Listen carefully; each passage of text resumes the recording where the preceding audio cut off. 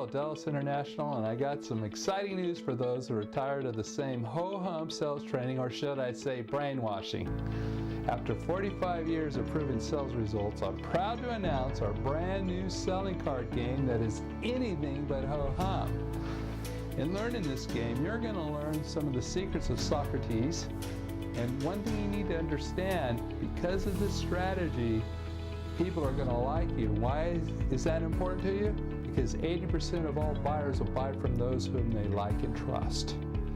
With mastering these secrets that I'm going to be sharing with you in the selling card game, it will easily get you to close more sales, probably even more than the 80% if done correctly.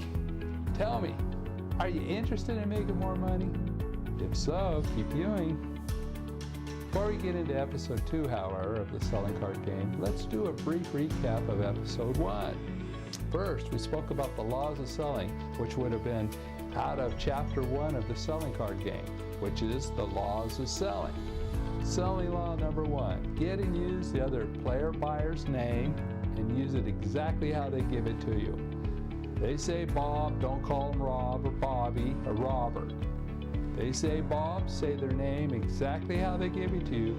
And the reason why this is so important is because it's the sweetest sound to their ears. And also, it's one of the fastest ways for you to build rapport where they like you and trust you. Remember, 80% of all buyers are going to buy from those who they like and trust. Selling law number 2, whenever you ask a question, remain silent. Don't interrupt them. That's rude in the first place. Number 2, a lot of salespeople have the habit of talking too much and they interrupt, and then they'll bring up a topic that the buyer didn't even think about, and then you become your own worst enemy, haven't you? Selling law number 3, never use the same touchdown question the same way twice. And then we got into chapter 2 of the selling card game, which is the question series. Here we acquired the knowledge in episode 1 about what we call touchdown questions. These touchdown questions are so very, very powerful to build the yes momentum in your presentation and making it almost impossible for your potential client to say no when you go to close the sale. Now let's get back to our session for today, shall we? What you need to understand in the selling card game, every time you get a yes answer, you collect $1 million Endel Bucks.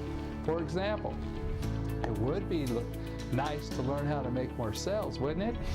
Of course, if you said no, most salespeople, maybe more so your boss, would consider you nuts, wouldn't they? Just like anything, perfect practice does make perfect, doesn't it? However, in the selling card game, if you get caught using the same touchdown question the same way twice, it could cost you $1 million Endel Bucks. Here are some examples of doing it wrong that could cost you sales in the real life. It would be nice to learn how to make more sales, right? Of course, if you said no, most salespeople, and especially your boss, would consider you nuts, right? Just like anything, perfect practice does make perfect, right? Right, right, right. Change the CD, it's skipping. You see, the problem with this type of repetition, it causes your buyer to feel trapped. And when they feel trapped, fear comes in, and I gotta share with you, fear is gonna be the #1 killer of all your sales. And in the real world of selling, or in the selling card game, it would stink killing sales or losing money, wouldn't it? Tell me, are you interested in making more money? If you're ever going to start making more money, when do you feel it would be the best time, now or later? If you answered now, then why not head over to the DELHELP, DELHelp.com, Dell, just like the computer, only one L, and scroll down to the selling card game section of our website, and there we'll have some other examples for you. And of course, if you said later, you're going to need a lot of luck, won't you? And now perhaps I'm being a little hard on you, aren't I? Those last 2 questions were designed to get you to say yes, even if you said later, wasn't it? You see, once you get them going, it's tough to fight off, isn't it?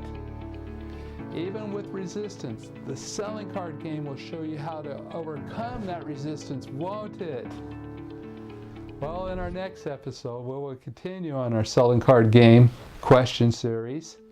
I am Dale Ellis, and I am passionate about changing lives. Have a great day.